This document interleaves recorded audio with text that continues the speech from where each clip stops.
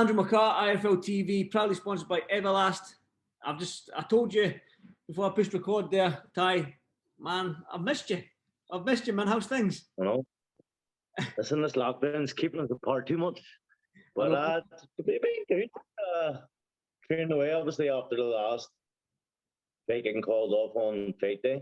I went basically, so I had a week off and then I went back straight into camp. So I've just been taking over, waiting for hopefully a fight date. Have you got any date or anything like that? Have you got any sort of opponent date lined up? Have you spoke to anyone? I think I've got the date and the opponent sorted. Can't release that information yet, but well, it's an exciting fight and it's a big card to be on. So I'm very excited for it. Well, I can probably guess what card it might be on, man, but I'll keep it to myself until it's announced. But it's just another interview because as soon as that's announced, I'll probably get another chat with you. But I just want to go back to that Dubai trip and stuff like that. I mean, we all know the type of person you are. You're upbeat. You wear funny clothes. You wear your antics on and off camera.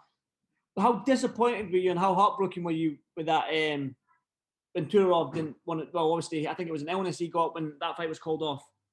You didn't want to know. The man faked the COVID, but yeah, it was good. I mean, it was. Like I'd put 11 weeks into camp. I'd been away from the kids and the missus and training down Dublin. Made the weight, got down to 63.5, which is always hard to do. And then the last, like that morning, the morning of a fight, I'd almost rather get beat. I said this a few times because at least you get an opportunity to showcase what you put in the last 3 months, the training, the sacrifice and stuff. At least you get the opportunity to showcase that.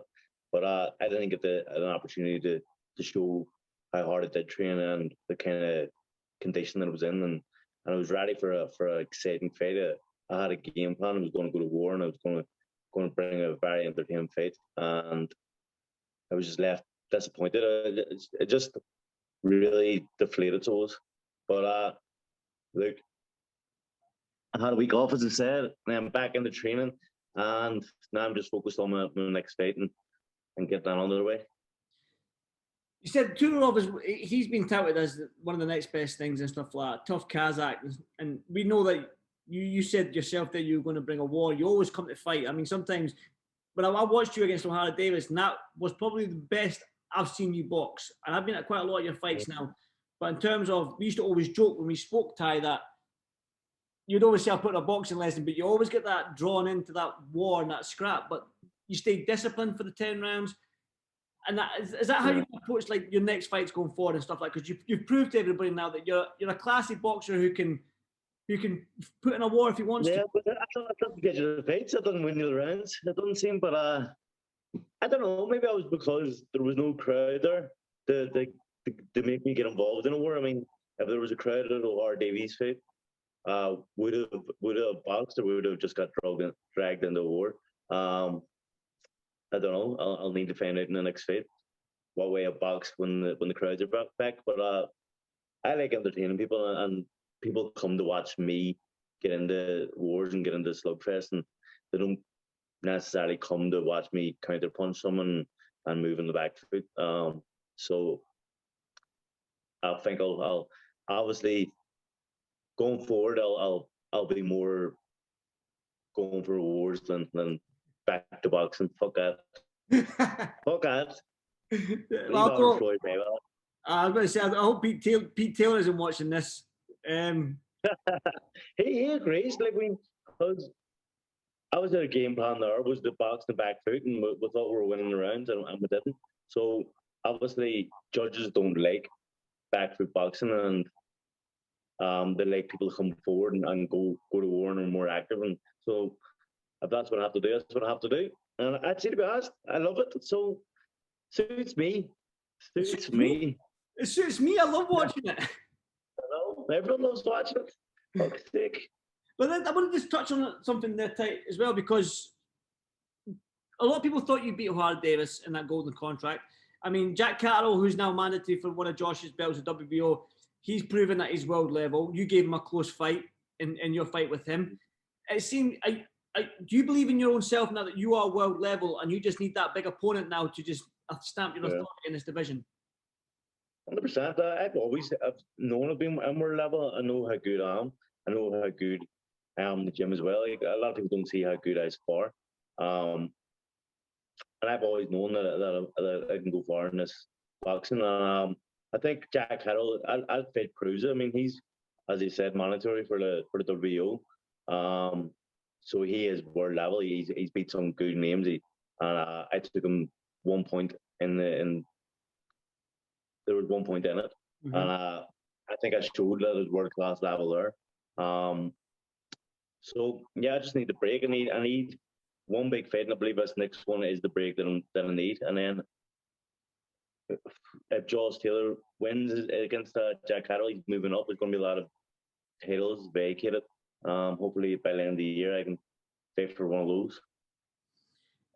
Well, let's before we talk about anything, let's talk about Josh Taylor then, because he is in your division. He has unified your division. He is the man that every single one of you have got his eye on and stuff like that. Did you watch the Ramirez fight, and what was your thoughts? He's unbelievable. I loved it. See, the first few rounds was worrying me, but then he started getting into his rhythm and getting in his range, and see his counter punching and at the same time punch that uppercut and stuff. He's an animal.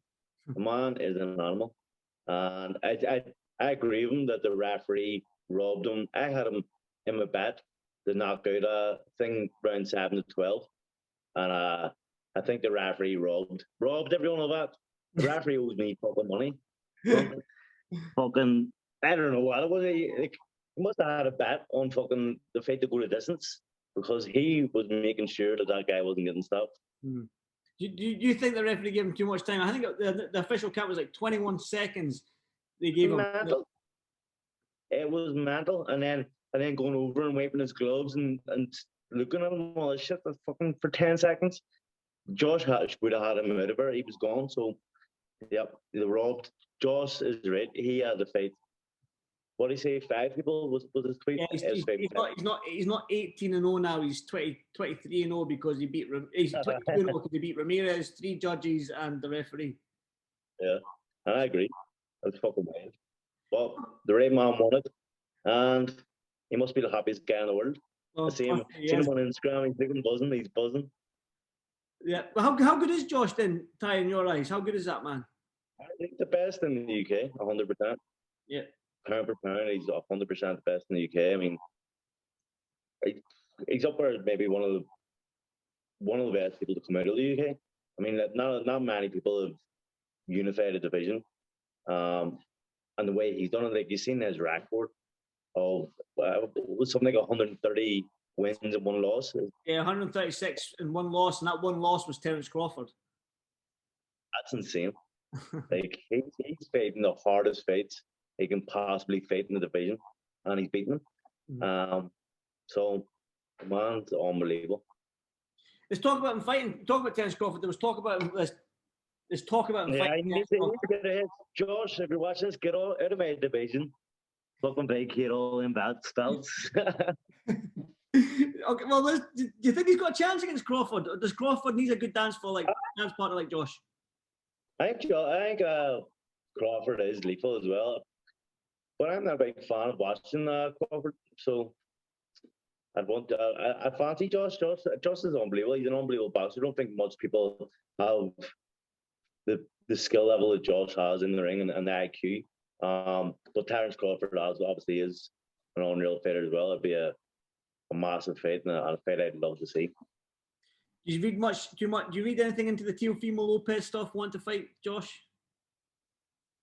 That's another good fight. I don't know. I love Josh hitting back at him saying you're not a fucking unified division, because he isn't. You have to have all the belts to be undisputed or unified. But that's another great fight. I'd love to see that. I think Josh would love that as well. I mean, it's a big money fight. Why not? Definitely. Well, back to you, man. I mean, like, I've been watching all your the stuff coming out of Pete Taylor's gym, man. Like, all you Tyrone McKenna and big. Yeah. No, I mean, you've got Sean McComb there now, Gary Cully. Yeah. The dream team's back. The dream team's back. McComb and the Tyrones. We're just missing Paddy. Well, Paddy. Well, I don't know if Paddy will get a coaching job, will he? Fuck that. Have you seen, Paddy lately? what's that? Have you seen the size of Paddy lately? I have, mate. He's put on some fucking weight. I've seen that Mari's been putting his stuff on Instagram about that we has That's brilliant. Love it. He's a legend, that guy. He is, mate. Well, that's maybe a future opponent for you. You step into the cage maybe one day. That's it. How good is that? What's the morale like in that gym then? I know you're all buzzing off each other and stuff like that. I know big Tommy McCarthy, man, he's on a roll as well. So you're all buzzing off each other. It's unbelievable. And sparring, like, the sparring for me is Gary Cully and Sean McComb. That's unbelievable sparring to have in your gym on a weekly basis. So I don't have to really even go anywhere to get a better sparring. But it's just good. You have a laugh. Like we're in a hotel Monday to Friday down in Dublin together, and we're just having a laugh, and it's more enjoyable. It makes training more enjoyable, and you have a bit of crack with everyone. But we still train hard, so and you can still push each other. We've all got the same kind of aspirations where we want to be fighting for world titles. So I believe all four, like all the ones from Belfast, 100% can fight for world titles. So yeah, it's just a good buzz. And Pete Hill is a legend. So I totally agree. Pete's a great man. But you're talking about all the boys from Belfast. I mean, you and Sean McComb, you're in the same division. Gary Cully's there or thereabouts as well. So, I mean, it's just crazy to think that you all become world champion. Well, I don't think it's Sean my division now. I don't know if he's went up or he's staying down lightweight, but it is just a serious. Do you know what's madness in that gym? I think there's 10 boxers, 8 of them are southpaw. It's fucking ridiculous. No, he's taking over. I know, all left. And they're all trying to, they're not even real fucking southpaws. They're all right with the right hand, box left-handed. Fuck yous. Con artists, mate. They're not like you, man. You're a natural left-hander. Natural. Left-footed, left-handed. Fuck's sake, they're all man-made fucking southpaws. Man-made. I know you're being coy in the opponent that you're facing, but can we expect a dangerous opponent for you to face that you're facing in your next fight? 100% dangerous. Of course, I wouldn't fight unless he wasn't dangerous. Because I like exciting fights. I want people to be buzzing, going, "Fuck, Tyrone's in a good fight." I don't want people looking up the posters saying, "Who's that Tyrone's fighting?" So I only ask for the best, and I believe this is one of the best fights that I could have. So I'm very excited for it. So can't wait to get announced so we can talk to you about it. When can we hear an announcement? You got a date?